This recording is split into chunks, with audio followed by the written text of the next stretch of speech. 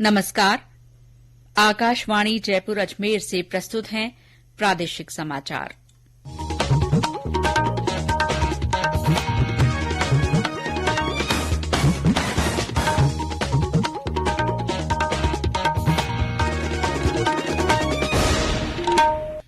मुख्य समाचार। प्रधानमंत्री नरेंद्र मोदी ने कहा, आतंकवाद को समर्थन के खिलाफ पूरे विश्व को एकजुट होने की जरूरत। सवाई माधोपुर के सूरवाल में सीआई फूल मोहम्मद हत्याकांड के 30 दोषियों को आजीवन कारावास। राज्यपाल कलराज मिश्र ने नई दिल्ली में प्रधानमंत्री नरेंद्र मोदी से मुलाकात की। उपराष्ट्रपति जगदीप धनखड़ कल झुंझुनू के खेतड़ी दौरे पर स्वामी विवेकानंद संदेश यात्रा को रवाना करेंगे। और केंद्र सरकार ने कहा, राजस्थान सहित देश में पर्याप्त मात्रा में खाद उपलब्ध।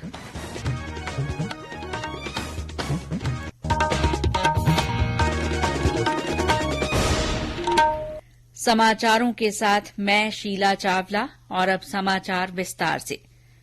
प्रधानमंत्री नरेंद्र मोदी ने कहा है कि आतंकवाद को प्रत्यक्ष और अप्रत्यक्ष रूप से दिए जा रहे समर्थन के खिलाफ पूरे विश्व को एकजुट होने की जरूरत है। आज नई दिल्ली में आतंकियों को धन की आपूर्ति पर रोक लगाने संबंधी तीसरे मंत्री स्तरीय सम्मेलन नो मनी फॉर टेरर को संबोधित करते हुए श्री मोदी ने कहा कि आतंकवाद का समर्थन करने वाले देशों पर जुर्माना लगाया जाना चाहिए। प्रधानमंत्री ने कहा कि आतंकवादी गुटों को कई स्रोतों से धन मिलता है, जिनमें से एक स्रोत कुछ देशों का समर्थन भी है। श्री मोदी ने कहा कि जहां भी आतंकी हमले होते हैं, उन्हें गंभीरता से लिया जाना चाहिए और इनके खिलाफ समान आक्रोश और कार्रवाई होनी चाहिए। उन्होंने कहा कि हमले में एक भी जान जाती है तो वो सब पर हमला है। प्रधानमंत्री ने कहा कि आतंकवाद का सफाया होने तक भारत चैन से नहीं बैठेगा। सम्मेलन को संबोधित करते हुए गृह मंत्री अमित शाह ने कहा कि आतंकवादियों का बचाव करना आतंकवाद को बढ़ावा देना है। उन्होंने कहा कि कुछ देश आतंकवादियों को संरक्षण और शरण देने का प्रयास करते हैं। उन्होंने कहा कि आतंकवाद का मुकाबला करने के लिए सामूहिक प्रयासों की आवश्यकता है। भारत सूचनाओं का आदान प्रदान, प्रभावी सीमा नियंत्रण के लिए क्षमता निर्माण, आधुनिक तकनीकों के दुरुपयोग को रोकने और वित्तीय प्रवाह की निगरानी और रोकथाम तथा जांच और न्यायिक प्रक्रियाओं में सहयोग करके टेररिज्म का मुकाबला करने के सभी प्रयासों में प्रतिबद्ध है। वैश्विक समुदाय को नो मनी फॉर टेरर के लक्ष्य को प्राप्त करने के लिए टेरर फाइनेंसिंग के मोड, मीडियम और मेथड को समझकर उन पर कड़ा प्रहार करने में वन माइंड वन अप्रोच के सिद्धांत को अपनाना होगा। सवाई माधोपुर जिले के सूरवाल गांव में 2011 में हुए सीआई फूल मोहम्मद हत्याकांड के 30 दोषियों को न्यायालय ने आजीवन कारावास की सजा सुनाई है। इन पर अर्थदंड भी लगाया गया है। अनुसूचित जाति जनजाति अत्याचार निवारण की विशिष्ट न्यायाधीश पल्लवी शर्मा ने ये फैसला सुनाया। न्यायालय ने अपने 16 नवंबर के फैसले में तत्कालीन वृत्ताधिकारी महेंद्र सिंह कालबेलिया सहित 30 आरोपियों को दोषी ठहराया था। फूल मोहम्मद के एडवोकेट अब्दुल हासिब ने बताया कि दोषियों को अलग अलग धाराओं में सजा दी गई है। अलग अलग धाराओं में सबको अलग अलग तरीके की सजाएं दी गई है। सबसे बड़ी जो धारा है इसमें 302 है, जिसमें आजीवन कारावास है। इनके साथ में इनको सबको जुर्माने से भी दंडित किया गया है। इसमें मैक्सिमम जो है जीवन पर्यंत रखा गया है। जीवन पर्यंत को हम 20 साल भी मान सकते हैं और 14 साल कोर्ट उस पर कितनी देती है वो देखने वाला भी बिंदु है। धारा 302 में सभी मुलजिमान को 50-50 हजार रुपए से दंडित किया गया है और इसके अलावा 304 और 307 में भी 5,000, 20,000 रुपए और 10,000 हजार रुपए से अलग अलग धाराओं में सभी मुलजिमान को दंडित किया गया है। इसके अलावा सूरवाल गांव में 2 युवक पानी की टंकी पर चढ़ गए थे। एक युवक को समझा बुझाकर उतार लिया गया, लेकिन दूसरे युवक ने पेट्रोल छिड़ककर आग लगा ली थी। युवक की मौत के बाद भीड़ बेकाबू हो गई और मारपीट तथा आगजनी में मान टाउन थाना प्रभारी फूल मोहम्मद की हत्या हो गई थी। मामले में तत्कालीन शहर वृत्ताधिकारी महेंद्र सिंह और मान टाउन थाने के एक सब इंस्पेक्टर सुमेर सिंह सहित 89 लोगों को आरोपी बनाया गया था। इनमें से 5 की मौत हो चुकी है और 3 आरोपी फरार हैं। चित्तौड़गढ़ में पॉक्सो अदालत ने 4 साल पुराने दुष्कर्म के मामले में आरोपी को 20 साल की कड़ी सजा सुनाई है। अदालत ने इस पर 35,000 रूपये का जुर्माना भी लगाया। आरोपी ने अपने ही मकान मालिक की नाबालिग बेटी के साथ दुष्कर्म किया था। न्यायालय ने अपने फैसले के दौरान विशेष टिप्पणी में ये भी कहा कि जांच अधिकारी की लापरवाही की वजह से सजा होने में देरी हुई। राज्यपाल कलराज मिश्र ने आज नई दिल्ली में प्रधानमंत्री नरेंद्र मोदी से मुलाकात की। इस दौरान उन्होंने प्रधानमंत्री को राजभवन में बन रहे संविधान पार्क में भारतीय संविधान निर्माण से जुड़े इतिहास और उससे जुड़े शिल्प कार्यों के बारे में जानकारी दी। श्री मिश्र ने प्रधानमंत्री को टीबी मुक्त भारत अभियान के अंतर्गत 2025 तक टीबी की बीमारी को मिटाने के लिए राजस्थान में किए जा रहे कार्यों की प्रगति से अवगत कराया। श्री मिश्र ने प्रधानमंत्री को आदिवासी क्षेत्र के युवाओं के रोजगार और कौशल विकास के लिए राजभवन की पहल पर किए जा रहे कार्यों की भी जानकारी दी। प्रधानमंत्री ने राजभवन में संविधान पार्क के निर्माण को ऐतिहासिक पहल बताया। ये समाचार आकाशवाणी जयपुर अजमेर से प्रसारित किए जा रहे हैं। उपराष्ट्रपति जगदीप धनखड़ एक दिन के दौरे पर कल झुंझुनू के खेतड़ी आएंगे। श्री धनखड़ खेतड़ी में स्वामी विवेकानंद संदेश यात्रा को रवाना करेंगे। इस अवसर पर केंद्रीय संस्कृति राज्य मंत्री अर्जुन राम मेघवाल भी मौजूद रहेंगे। 50 दिन की इस यात्रा के दौरान प्रदेश के सभी जिलों में 75 स्थानों पर स्वामी विवेकानंद के जीवन और उनके संदेश के बारे में आमजन को जानकारी दी जाएगी। चिकित्सा मंत्री परसादी लाल मीणा ने आज जयपुर में world anti microbial awareness week का शुभारंभ किया। श्री मीणा ने रोगाणु रोधी प्रतिरोध के जागरूकता पोस्टर का विमोचन भी किया। एंटीबायोटिक्स के बारे में लोगों को जागरूक करने के उद्देश्य से ये सप्ताह मनाया जाता है।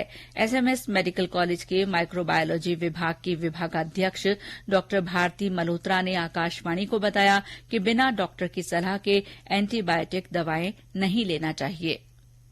तो आवश्यकता ये है कि लोगों को जागरूक किया जाए, एंटीबायोटिक जो बनी है उनको बचाया जाए, अस्पतालों में एंटीबायोटिक पॉलिसी लागू करी जाए, ओवर द काउंटर ड्रग्स को देने को बेचने को बंद किया जाए। कम से कम जो इम्पोर्टेंट ड्रग्स हैं कुछ मात्रा की ड्रग्स तो हम हाथ में रखें जिससे फायदा हो। नहीं तो सीरियस मरीज होता है और सबसे रेजिस्टेंस आता है।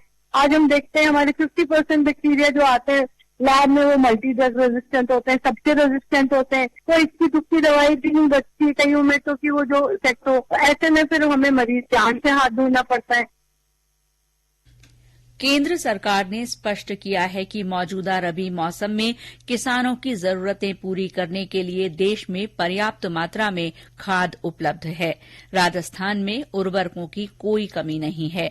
रसायन और उर्वरक मंत्रालय ने कहा कि केंद्र सभी राज्यों की जरूरत के मुताबिक यूरिया, डीएपी और पोटाश सहित सभी तरह के उर्वरक उपलब्ध करा रहा है। इसके बाद संबंधित राज्य सरकारों की ये जिम्मेदारी है कि वे उर्वरकों की उपलब्धता सुनिश्चित करें।